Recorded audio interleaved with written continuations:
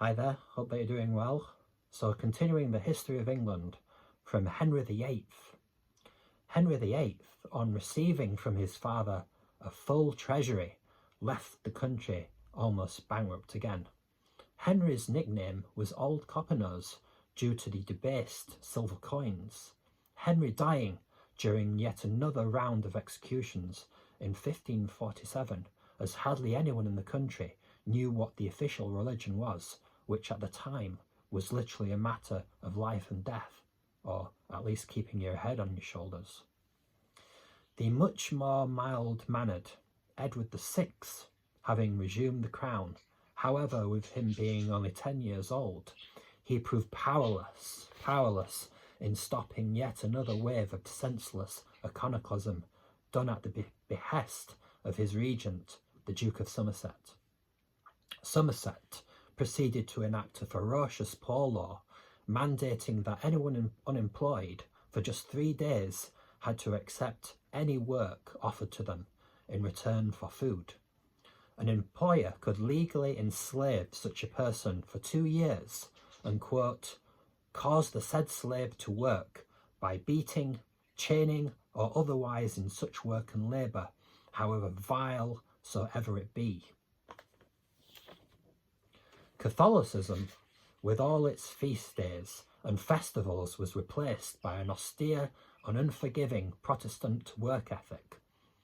The 1549 Prayer Book Rebellion was quashed with the trademark ruthlessness, 900 prisoners having their throats cut in around 10 minutes, the unorganised peasantry routed by Dudley's well-disciplined army. In the meantime, the young king was sickening and died, aged just 15, on the 6th of July 1553 of consumption, later to be known as tuberculosis.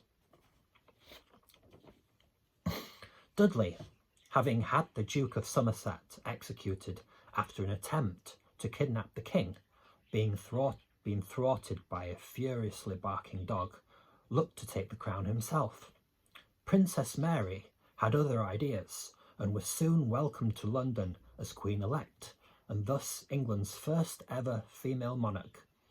She proceeded to marry the Catholic Philip of Spain, restoring Catholicism in England, hence the moniker Bloody Mary,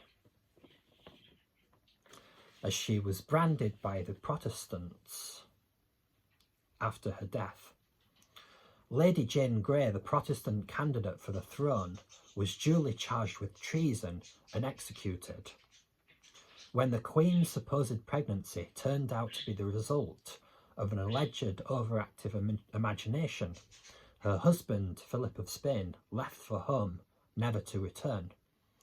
Mary was soon convinced she was being punished for tolerating heretics, so she had hundreds of Protestants burnt at the stake, including Bishops Latimer, Ridley, and the Archbishop Cranmer.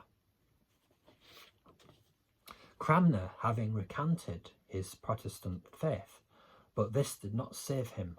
Then, as he was about to be burnt, he recanted his recantation, thrusting his hand into the flames, claiming, "This hand hath offended, oh, this unworthy hand."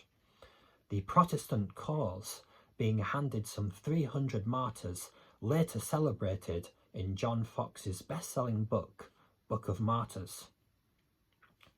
Religious strife ran through every parish and every community. Whatever the affection for Catholicism, there was little enthusiasm for returning to the authority of Rome. England having also lost the last of its French possessions in Calais.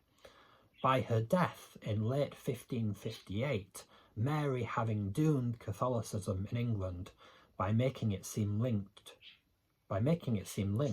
to having people burnt at the stake, as well as being dominated by a foreign power. Well, as ever, thank you for watching, and if you have any comments or suggestions, I'd be more than happy to hear them. Have a great day.